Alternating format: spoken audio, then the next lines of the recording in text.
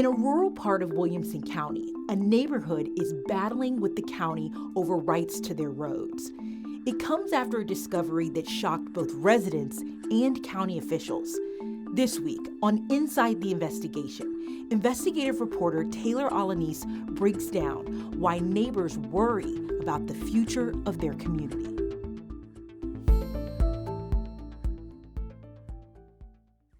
Thanks for joining us for this week's Inside the Investigation. I'm Kelly Wiley, and with me in the studio this week is a very special guest. This is our newest addition to our investigative team, investigative reporter Taylor Alanis. Taylor, welcome. Thanks, Kelly. Oh my gosh, I'm so excited to... This is such a good idea to have Inside the Investigation and explain our stories, especially when it's just a casual conversation. It's just a better way to talk about our process and to help people understand the story. So I'm happy you're here. And as we were kind of thinking about what we wanted to talk about for your story, I realized you guys are in for such a treat because this is Taylor's venue. She loves to just talk about her story. So let's get into it. All right. So for your very first KXAN investigation, you're looking at a hot topic, one that we see people very interested in on our website, and that's property rights, specifically the situation that a Williamson County neighborhood is dealing with us.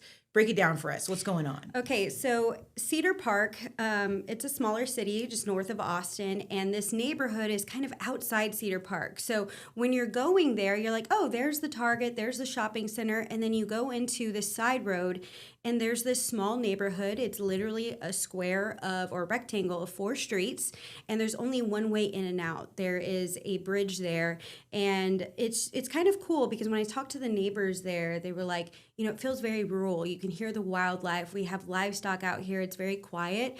But down the street, you can hear the high school band playing. We're within, it feels like arm reach of, you know, Target or, you know, places you go every day. Yeah.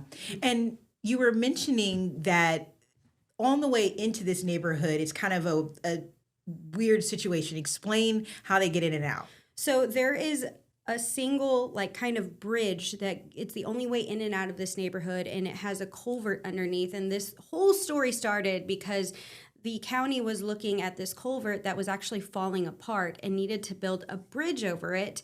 And when I say like it's falling apart, I mean like there's only like it had 2 lanes, one way in, one way out. Goodness. But now, you know, part of it is kind of falling off. I don't know if y'all saw in the video, but you have to wait for the other car to pass basically before you can. So you can imagine how frustrating that is because even though it's only 60 families that live in this neighborhood, they have to cross that bridge every day to get to and from their home. So because of that, the county wanted to go in and fix it. And when they did that, they looked at deeds and everything for the area and realized that that road was not public. It's actually private. Yikes. So how did they not realize before now that it was private? So yeah, they had been maintaining these roads in this neighborhood for like 50 years. It was a neighborhood established in the 70s. And like I said, when they went back and looked, they found this deed from back then from the original founder that actually gave the rights to the road to the county. It was a document that basically said, hey, there's 40 feet dedicated for a public road. But the thing is, that was only one step of several to make that happen. And unfortunately, back in the 70s, the founder nor the county actually did those extra steps.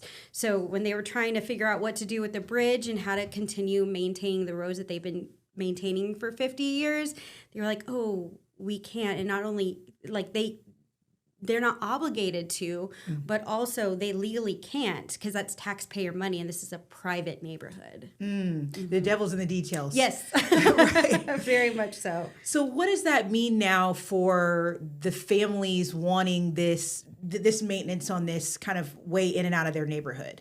Yeah, so as you can imagine, it's really upsetting because, you know, these roads are actually very well paved, and that's something that the neighbors noted. They were like, they've done a great job about filling potholes and making sure the grass was trimmed on the side of the road. Well, now if they don't allow the county to maintain the roads, which I'll tell you in a second how they're going to do that, they basically would have to do it themselves. So, back in the 70s, I mean, there were HOAs, but this neighborhood never had an HOA established. So they don't have a general fund that they allocate money to for things like road maintenance or like roof repair, anything like that. So now they have to basically sign a document that would give the roads back to the county. And I'm guessing that's not going well. No, it isn't, because this easement, it's basically like the landowners are going to keep this land. It's still their land, but they're basically allowing the county to use it. And the problem with the document is a lot of neighbors feel like it's too vague. It gives the county too much access to their land. Okay, what kind of power are they worried about? Like, what are they worried will happen down the line? So the easement includes basically like the center of the road and 20 feet on either side. The road itself is about 10 feet on either side, and then there has to be 10 more feet, which that starts going into like, the grass and the areas on the side of their homes. So on the side of the road, there's wrought iron fences that are super expensive. There's brick columns, there's gates. There's a lot of different items that these neighbors put a lot of money into.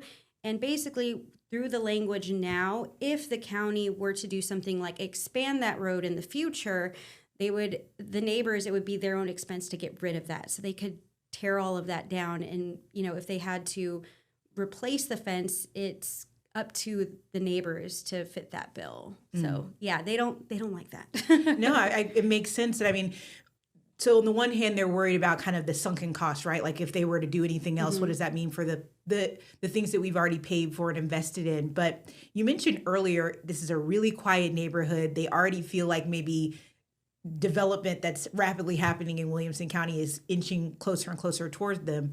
Is the concern also that this is a gateway to expanding the neighborhood in a way they don't want to happen? Yeah, exactly. Like you said, they're worried about a bigger expansion because even within the last 5 to 10 years, they said Cedar Park, it just feels like it's grown around them. And it is. This neighborhood is literally in the middle of Cedar Park. So, you get the rural elements, and then, over that bridge, there's all of the development. So I think there is a big concern of what could happen to that neighborhood in the future. And I mean, the reason why these families have been here for generations or bought these homes is because they like living in the country. They like that peaceful, quiet life. And this, some of them believe, could put that lifestyle in jeopardy. So where do things stand now with all of this? So right now, the neighbors that I've spoken to, because mind you, there aren't neighbors that are all on the side of, not signing this easement. Of course, there are some that are they just want to get it over with. They just want their roads to continue to be maintained. Now, the neighbors that I spoke with on camera said that they are going to be consulting with an attorney to see if they can add more specific language to the easement that gives them more protections under it. And they were actually given a deadline of October 17th to get back to the county with a decision, because there's also a maintenance schedule that gets put out for the following year. So to make sure they're on that maintenance schedule, they need to be able to tell the county what they want to do by then. So it's kind of up in the air right now. In the story I mentioned that it's kind of in limbo. So we're trying to see, what happens next. I am in touch with the county and the neighbors I spoke to, and, I'm asking them these last few days, hey, do you have any update yet? And they said, not yet, but we're staying on top of this story to see how it ends. I'm curious, how many neighbors are there in that neighborhood? And you mentioned that some are ready to just get it over with. Can the county come in and just do maintenance for the neighbors who do want to sign it and already have? What does that look like? So that's a really good question, because so the document that was actually missing that we were talking about, we were talking about there were several steps that weren't taken, includes a plat. And what a plat is basically separates each piece of land by who owns it. And back then it was only one owner. Well, now there's 60 owners. So legally, the city or the county has to approach each individual family to sign this easement. And if they don't, and it's not a requirement, but just if you can imagine the county going out to maintenance this road and having to figure out or tell these contractors, hey, you can maintenance this part of the road, but you can't maintenance that. Like, the way they put it is like, we're not going to play hopscotch with this. So we really need 100% of you guys to be on board. Right. Like only 6 feet of the road gets repaved. Yeah, it's a lot. It's a lot for, the contractors. I mean, I get it. I understand both sides of the story.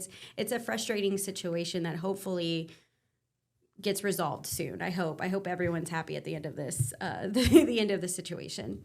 Well, Taylor, thank you so much for breaking down this story. And you guys, you have to watch it if you haven't seen it. It's just, you also get a very heated city council or county meeting in there. So that's always entertaining to watch. But you can do that on KXAN.com right now under the Investigates tab. Taylor, thank you so much for joining us. We hope to have you back here many times.